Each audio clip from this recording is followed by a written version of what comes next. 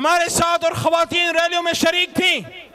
Motorcycle पे बच्चे अपनी माओ के साथ बैठ के वहां दूर से हाथ हिलाते थे। अटक वालों, आप मुझे बताओ, ये इन बच्चों का मुस्तकबिल आपको जरदारी साहब के हाथ में महफूज नजर आता है क्या? मियां नवाज शरीफ साहब, जिनके ना इलाज इधर, न कारोबार इधर, न इनकी खुशियां इधर, न ईद इधर, न जमरात इधर, न शबरात इधर, क्या मियां नवाज शरीफ के हाथ में अपने बच्चों का मुस्तकबिल दोगे? किसके हाथ में दोगे मुझे बताओ? किसके हाथ में दोगे? तो क्या इमरान खान आपको जब बुलाएगा इस्लामाबाद के लिए आप जाओगे? दिल से जाओगे?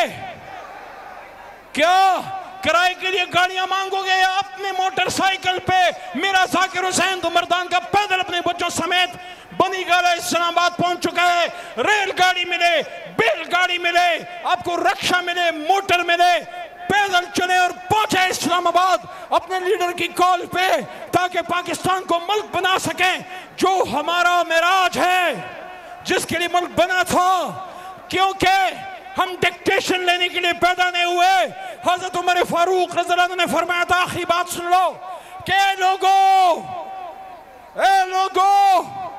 तुमने कब से लोगों को गुलाम बनाना शुरू किया? माओ के पेट से तो वो आजाद जने थे। तो आप मुझे बताएं, आप गुलामी चाहते हैं या आजादी? गुलामी या आजादी? जोर से बोलो, गुलामी या आजादी? हम छीन के देंगे, हम छीन के देंगे। तेरा बाप भी देगा, तेरा बाप भी देगा। हम क्या चाहते? हम क्या चाहते?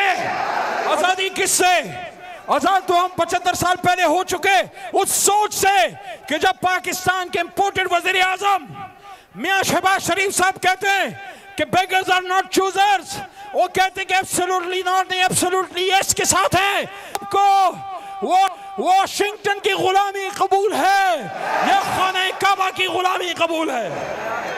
तो फिर मेरे साथ हाथ से हाथ मिला के, आवाज से आवाज मिला के, नारे में नारा डाल के आपसे इजाजत चाहूंगा। लेकिन कुछ नारे यहां लगवा के, ताकि आपकी सदा की गूंज इस्लामाबाद और रेवंड और बिलावल हाउस और मौलाना फजल रहमान साहब तक भी पहुंचे। फजल रहमान साहब, आपने सारी जिंदगी दीन के नाम पे कमाया और खाया, और खातमुन नबीयीन की करारदाद इमरान खान के सिपाही के हाथ से अल्हम्दुलिल्लाह खत्म नबूवत की पास हुई।